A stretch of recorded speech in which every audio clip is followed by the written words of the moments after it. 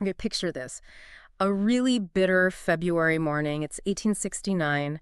You're in Westminster Abbey. You can hear the scrape of pickaxes, the heavy breathing of workmen. Hmm. Torches are flickering, casting these long dancing shadows. And Dean Arthur Stanley is peering down into this hole they've just opened up under the floor. Right, into the unknown, basically. Exactly. And the air hits him thick with dust, obviously, but also this cloying smell, decay, trapped down there for what, over 200 years? Unmistakable, I imagine. Yeah. And Stanley, he's got these old drawings, burial records, but they don't match up. They actually contradict each other. He's trying to find King James I's tomb, which has been lost for ages. Like historical mystery right there in the Abbey. But what he's about to find, well, it opens up much darker secrets. Secrets about how royalty, even famous queens, were treated after death. Yeah. So today, we're diving deep into that. We're peeling back the layers around Queen Elizabeth's sect, good Queen Bess, the Virgin Queen, to see a side of history that's, well, it's fascinating, but honestly pretty unsettling too. It really is. And what's so interesting here is how our view of history, especially royalty, gets shaped by the official story, the monuments, the pageantry. Right. But the physical reality of death, even for someone like Elizabeth I, it can just shatter those romantic ideas. So our mission today isn't just about what happened, it's about why it matters. We want to encourage you, the listener, to kind of question those assumptions we all hold about power, about legacy, maybe even human dignity itself. Well said. Our source for this deep dive is excerpts from the transcript of a YouTube video opening the stinking coffin of Queen Elizabeth from the Quiet Historians channel. So yeah, prepare for some surprising, maybe even shocking facts. Things that might just change how you think about England's glorious monarchs forever. Definitely. Okay, let's start at the beginning of the end, if you like. Let's go back to March 1603, Richmond Palace. Queen Elizabeth III is dying, and it's agonizing. This isn't the powerful monarch we picture. The woman who faced down the Armada, who danced all night, who charmed everyone. She's a shadow of herself. Yeah, the decline was apparently quite stark. Sources say she lay speechless on the floor for 4 whole days before her servants could even persuade her into bed. 4 days on the floor. Yeah, and even then, she refused to lie down properly. She stood for 15 hours straight without any help, just stood there, until she physically couldn't anymore and collapsed onto cushions they'd put down. 15 hours. Can you just imagine that? The most powerful woman in Europe, standing motionless for hours on end. It's like some deep instinct told her that lying down, being horizontal, meant death, giving in. It's a really chilling image. And it wasn't just physical, was it? Her ladies-in-waiting, people like Elizabeth Southwell, they reported she was seeing things, plagued by visions. Right. And there's that really disturbing detail, finding a playing card, the Queen of Hearts apparently, nailed through the head on her chair. Ugh. For a woman who truly believed she was God's chosen ruler, this wasn't just sickness, it was like psychological torture. Her mind was clearly suffering as much as her body. And that physical side was, well, it was grotesque by the end. She'd lost most of her teeth, her hair is falling out, and famously, she refused to be attended to, refused to be bathed. Leading to, well, problems. Yeah. Courtiers who used to fight for her attention were apparently recoiling. The smell of an unwashed body, the sight of her blackened gums. It must have been shocking. Which leads to the controversy around her actual death. She finally died on March 24th, 1603, but her lady of the bedchamber flat out refused to allow a post-mortem, an autopsy. Which is interesting. Why? Well, that's the question, isn't it? Was it just about preserving the image, the myth of the Virgin Queen? Or was there something else, something about her body they just couldn't let anyone see? That decision definitely fueled speculation for centuries. But despite that grim end, the funeral was a spectacle. April 28th, 1603, designed purely for show. Maximum impact. Totally. It went from Whitehall to Westminster Abbey, a huge procession. The hearse pulled by horses draped in black velvet, her coffin covered in rich purple cloth. And the effigy. Ah, yes. The effigy on top, apparently incredibly lifelike. Holding a scepter, wearing a crown. Sources say people literally gasped when they saw it. There was such a general sighing, groaning, and weeping as the like hath not been seen. That effigy was pure genius, really. Propaganda genius. Make sure everyone remembers the glorious queen, not the frail, dying woman. Exactly. Meanwhile, her actual body is inside encased in lead. A lead coffin inside a wooden one. Standard practice for royals back then. Lead was meant to preserve the body, contain the odors. Right, keep things tidy. But ironically, those lead coffins, they often had their own pretty sinister secrets, which we'll get into. So initially, she's buried in her grandfather's vault, Henry VII's vault in the Abbey, under his big monument. A temporary spot, as it turned out. Right, because this is where it gets really interesting. Just 3 years later, 1606, her successor, King James I, makes a big decision, a very political decision. He does. He orders Elizabeth's remains to be moved. Moved where? He has her coffin taken from Henry VII's vault and moved to join her half-sister, Mary I, in the north aisle of Henry VII's chapel. Mary first, Bloody Mary. The very same. Now think about the symbolism here. You've got Elizabeth and Mary, half-sisters, one Protestant, one Catholic, rivals in life, deeply opposed. Mary even had Elizabeth imprisoned. They were enemies. Absolutely. And now, in death, James I literally stacks one on top of the other. He stacked them. Seriously. Quite literally. Elizabeth's coffin was placed directly on top of Mary's coffin. Wow, that's blunt. It is. And then James commissions this grand new white marble monument above them, sculpted by Maximilian Colt. But here's the kicker.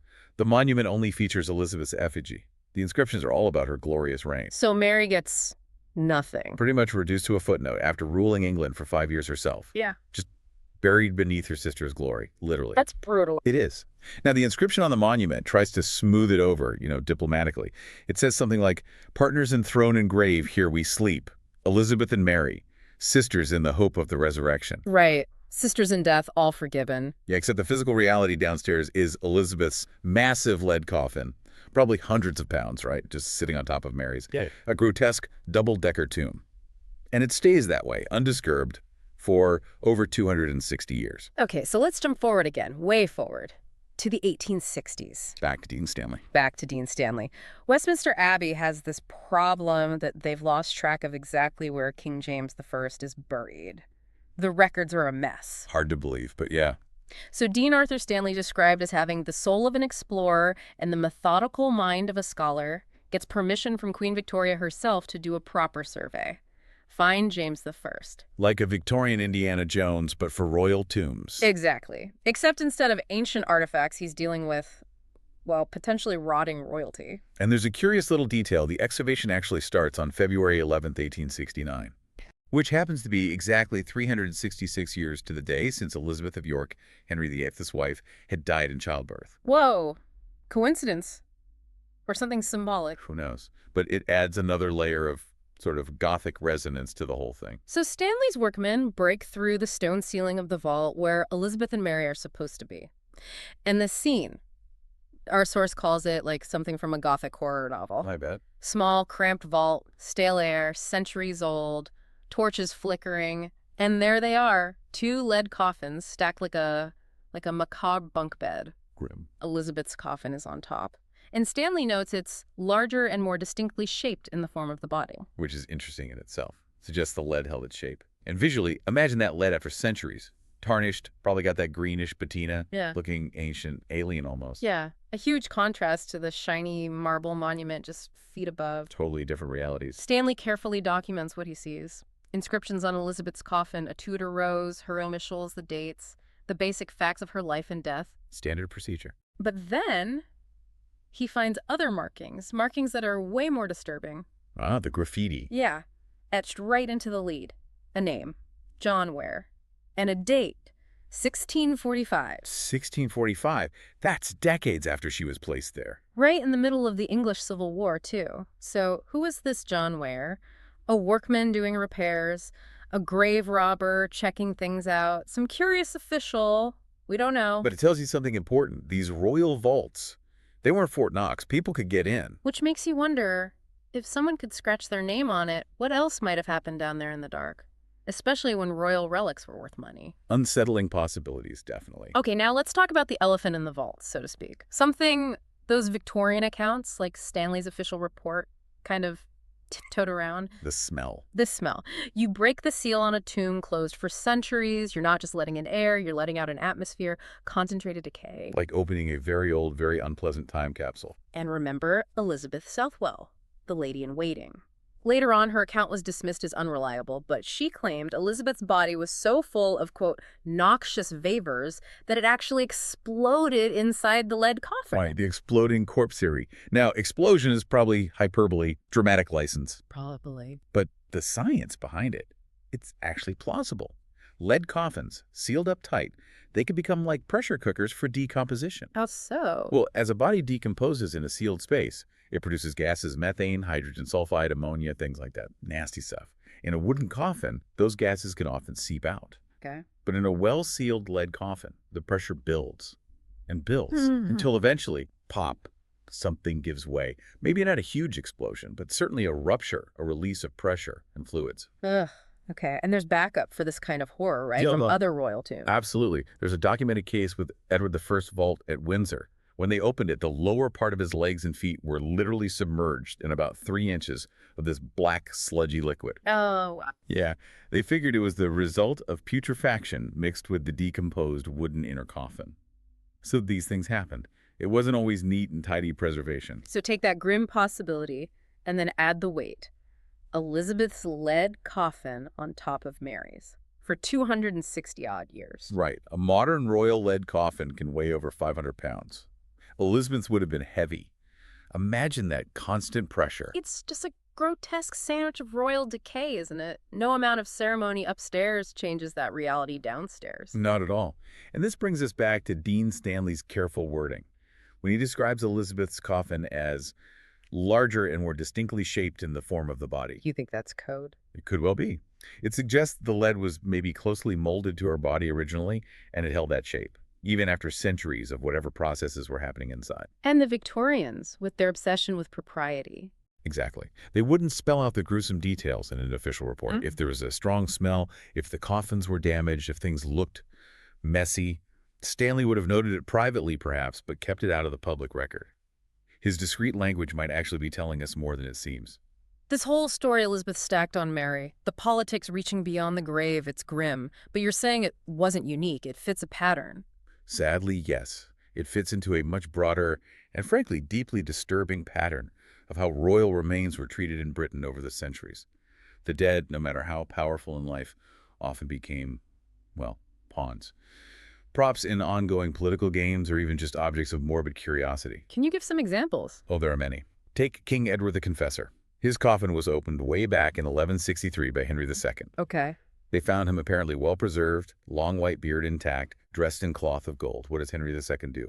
He takes the pilgrim's ring Edward was wearing as a holy relic and the valuable cloth of gold. They turned it into 3 fancy ceremonial capes, or copes, for the abbey. Wow. Recycling the royal shroud. Pretty much. Then there's Duke Humphrey of Gloucester.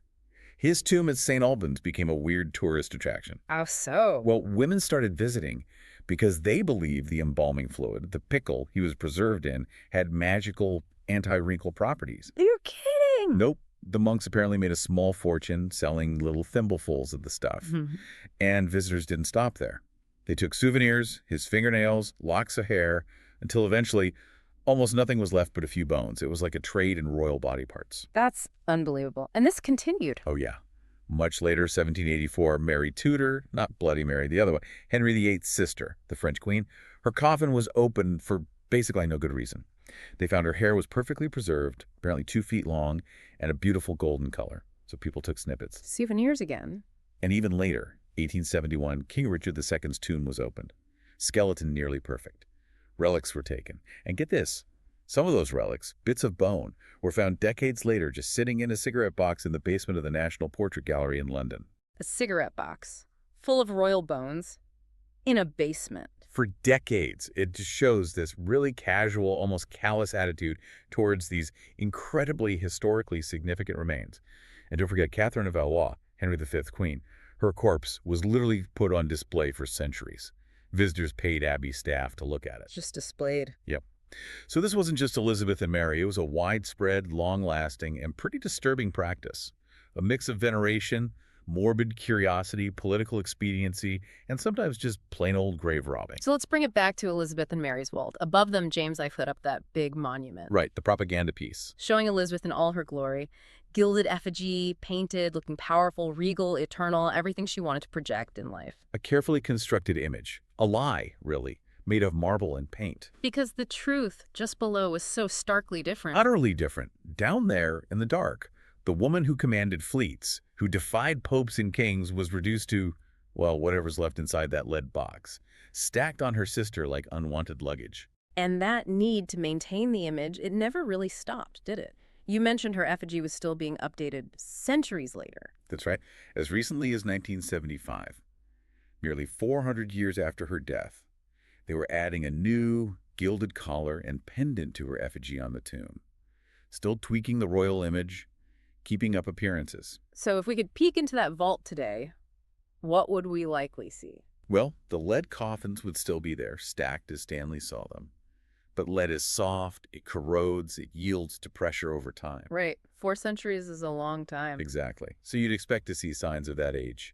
Corrosion, maybe some buckling or compression from the weight, possibly even bits of structural failure. But the inscription Stanley recorded, the Tudor Rose, the initials, the dates, they'd probably still be visible, like faint whispers from the past. And John Ware's graffiti. Oh, I bet John Ware's mark from 1645 is still there, too. A permanent reminder that even in the most sacred royal resting places, nothing is truly sealed off from the living world. It really hammers home that point, doesn't it? Death is the great equalizer. All the power, the monuments, the lead coffins, none of it ultimately stops the basic biology of decay. Absolutely. Elizabeth I, Gloriana, defied so much in life, but she couldn't defy time, gravity, or the chemistry of her own body decomposing. The virgin queen who submitted to no man. Ultimately conquered by physics and biology, and, ironically, forced into this incredibly intimate, if grotesque, final connection with the half-sister she despised. Their remains literally tangled together in this parody of sisterly love. So when we talk about the stinking coffin, maybe the real stinking coffin isn't just the lead box. Maybe it's the whole system, the whole attitude, the system that treated these human remains, royal or not, as political chess pieces, as curiosities, as props, instead of granting them some basic dignity in death. The stench isn't just decomposition. It's the moral whiff of a society that couldn't or wouldn't let the dead rest in peace. Every time her remains were disturbed, James I stacking them, John Ware scratching his name, Dean Stanley peering in. Each disturbance tells you something unsettling about the living, doesn't it? About their motivations, their power plays, their curiosities, their lack of respect. Which brings us to, well, us. Today. Here we are telling this story, picking over the details. Is it any different, really? That's a really uncomfortable question, isn't it? We're treating her death, her decay, as content, as a historical curiosity, maybe even entertainment. Are we still, in a way, not letting her rest? Still consuming her story, her physical end, for our own purposes? Food for thought. Remember her famous quote, "I may have the body of a weak and feeble woman, but I have the heart and stomach of a king." A great line. But ultimately, even the heart and stomach of a king, they're no match for time, chemistry, and the cold calculations of those who come after. So next time you walk through Westminster Abbey, maybe think beyond the glorious monuments. Remember what lies beneath. Yeah. The beautiful effigy tells one story, the lead coffin below tells another. A much messier, more disturbing story about decay, disturbance, and how even the mightiest end up helpless. The actual physical smell from Elizabeth's coffin is long gone, obviously. But maybe that other stench, the stench of how we treat each other, how power is used even against the dead, maybe that lingers. And it makes you wonder, if those stones, if that lead could talk, what else might they tell us about the dark corners of history, of the nights when the only sound isn't the wind, but something else, reminding us that under all the pomp, all the marble, we're all just flesh and bone, waiting our turn.